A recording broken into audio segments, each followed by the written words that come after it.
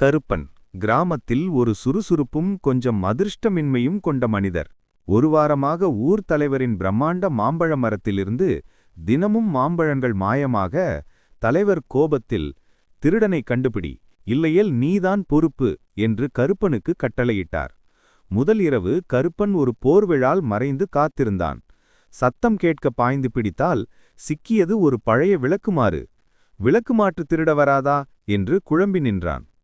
இரண்டாம் இரவு ஒரு பெரிய வலையை மரத்தின் உச்சியில் விரித்துவிட்டு கிளை மீது படுத்தான்.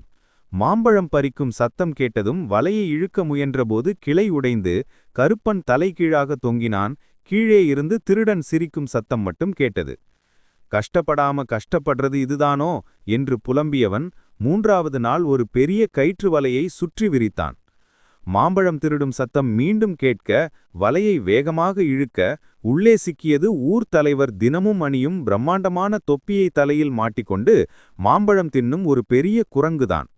இதை பார்த்த ஊர் தலைவர், என் தொப்பி இந்த குரங்குக்கு எப்படி வந்தது என்று கத்த, கருப்பன் சிரித்துக்கொண்டே, ஐயா, இதுக்கு கஷ்டமே தெரியல போல, தினமும் மாம்பழம் மட்டும் கிடைக்குது, தொப்பியும் கிடைச்சிருக்கு என்று சொல்லி மொத்த கிராமத்தையும் சிரிப்பில் ஆழ்த்தினான்.